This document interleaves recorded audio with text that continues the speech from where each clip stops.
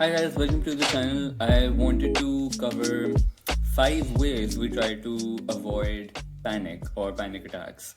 Again, this is something I went through for many years and I didn't realize that it was very much tied into OCD and it was very much tied into like a fear cycle, which I also didn't know at the time was the thing. So I just quickly wanted to touch on these because again these can be very subtle and we don't even realize it. But before I go on, please subscribe to the channel, comment on this video, and let us know what you think and if there are any other topics you would want us to cover. So, I think one for me, and I'm going to speak a little bit from personal experience as well.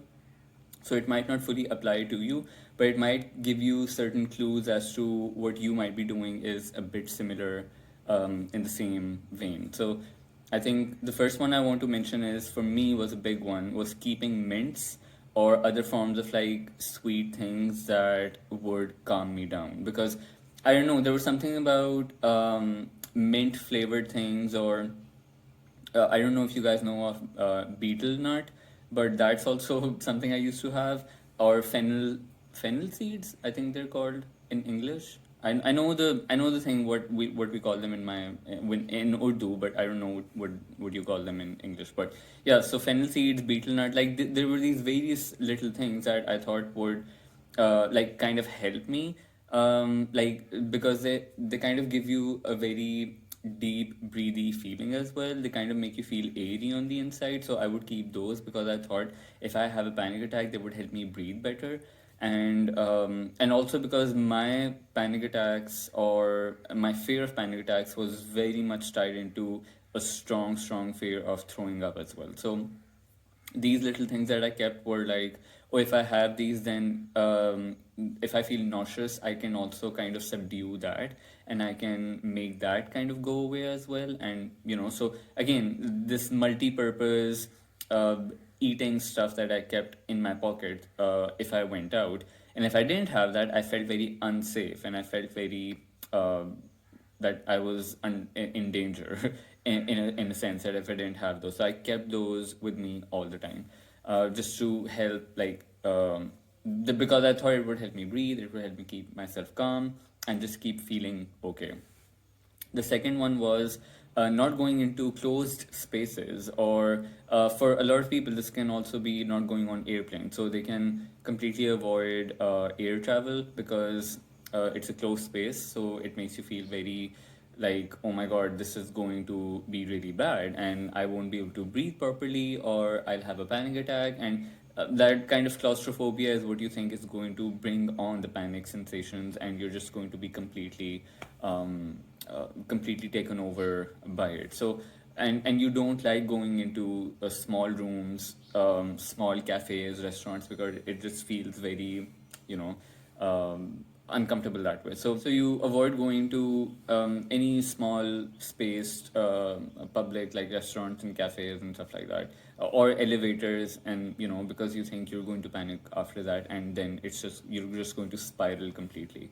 The third thing is, and this is an interesting one because I don't hear a lot of people talk about this, but if you go out in public, trying to find an escape plan that way. So again, if I went to somebody's house, especially if it was for the first time that I was going, I would, like, on the way to their drawing room or lounge or to somebody's bedroom, whatever it was, in my mind, I would try to keep an escape plan in mind that, okay, if I need to go to the bathroom to throw up or to panic, where's the bathroom and what is the quickest way to it? Or if I want to go outside in the lawn, because I was also I got very addicted to open like spaces, especially which had a lot of greenery or nature, because I thought it just made me feel better somehow.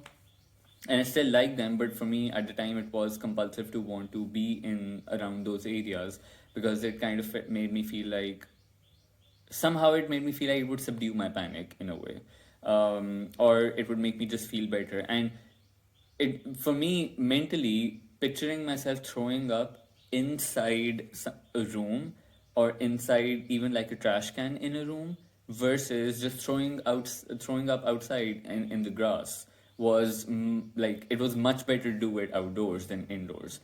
For some reason it was very it was a very solid idea in my head. So I would keep an escape plan that way, so that I could make my way either to the bathroom or just completely outdoors as soon as possible if I panic or if I want to throw up. Then another way is trying to keep like some kind of sound or white noise going on in the background. I don't know if you hear the birds, but that's my white noise in this room. So these like white noise machines, or you might turn on the TV and then sleep, or something in the background, or some music, so that, because complete silence makes people think that they might completely go crazy.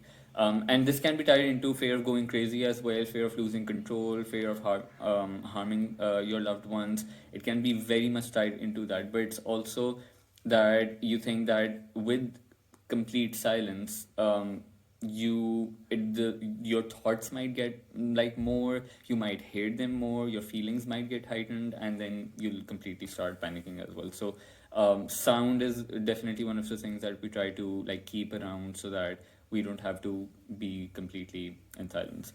And again, this ties into throwing up. For me, a fear of throwing up plus panic is not eating too much when you are outside, or when you are at somebody's house, or in a restaurant. Because again, it was like if I eat too much, even when I would eat a lot, or eat more than I wanted to, um, that full feeling in my stomach would start giving me a panic attack. So just to avoid that, I would make sure that I just eat very little. I did not want to indulge myself in food when I was at somebody's house at all, because I thought, oh, if I start panicking in front of them and then I throw up in front of them, it is going to be the most embarrassing thing ever. Like, I can't handle throwing up inside somebody's house or at somebody's house, because then they will always view me as this gross, icky, disgusting kind of person. So again, there was massive fear of rejection attached to it. And again, like having fear of having panic attacks, especially out in public, are massively and very often tied into fear of rejection, fear of what people would think of you, fear of embarrassment, fear of humiliation, and yeah, fear of people viewing you a certain way and you never being able to change that. So, so definitely these five were, I think, at least for me, my, not the sound one actually, because I'd never really had a thing for um, having sound in the background. Also, because I much later realized that I have tinnitus. I didn't even realize I have it. I still have it. Like, there's this tee sound going in my ear. It was only through, I think, Rob's posts and Nick's videos that I realized, wait, I have this as well.